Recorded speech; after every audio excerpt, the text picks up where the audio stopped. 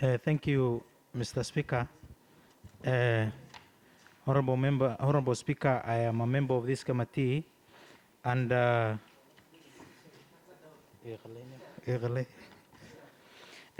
Honorable Speaker, I have some concerns when we went to the ground, and of important to me, Honorable Speaker, is the lack of medical officers in Banissa and Lafay sub-county.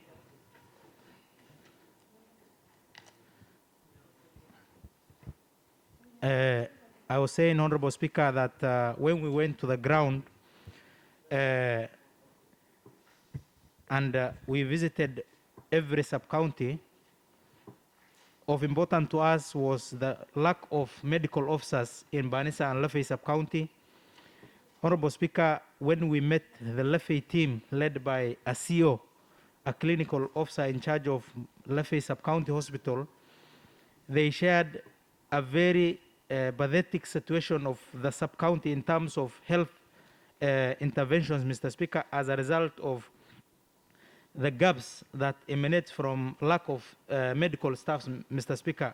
Mr. Speaker, if you go to page 16 of the report, where Lafay sub-county data is captured, Honorable Speaker, it says medical officer 0. We have clinical officers 3. If you go to, there is no hospital administrator, there is no accountant, there are no drivers. Mr. Speaker, when we inquired why does it mean even there is no ambulance driver, they said the Lafay sub-county hospital depends on an ambulance that comes from Elwak, Mr. Speaker. And we see that as a very serious issue, Mr. Speaker. When you go to page 11, Mr. Speaker, of the report, in Banissa sub-county, Honorable page 10,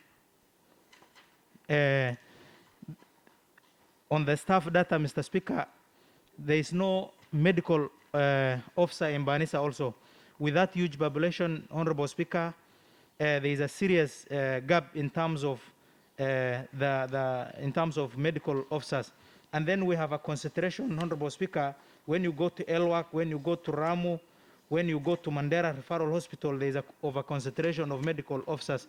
So that's also a real challenge, Honorable Speaker, and the staff shared with us that it is they cannot do any operations in those hospitals because of lack of medical officers. Honorable Speaker, the other issue we found out was that there is a lot of negative perception as far as people owning that corona pandemic is a global disease, and that our people in the rural areas are not sure whether this is real or not. That's also there's a crisis in terms of perception, and people are not taking this issue very seriously. Honorable Speaker, other challenges we found out, like if you go to Elwak, the hospital is in a very good shape, but the challenge is that the electricity bill cannot be maintained because the county has some cash crunch in terms of release of AIs to these hospitals. That is occasioned by the delay in the national exchequer, Honorable Speaker, and that results some challenges of offsetting bills like electricity, which is a major issue in Elwak Hospital, Honorable Speaker. If you go to Lafay, Honorable Speaker, as I said, there are challenges of staff, but there are some projects that were done in Lafay, in Takaba, in Elwak, small projects that are essential for the fight against this disease, Honorable Speaker. Lastly, Honorable Speaker, there are two issues that we said to be looked into.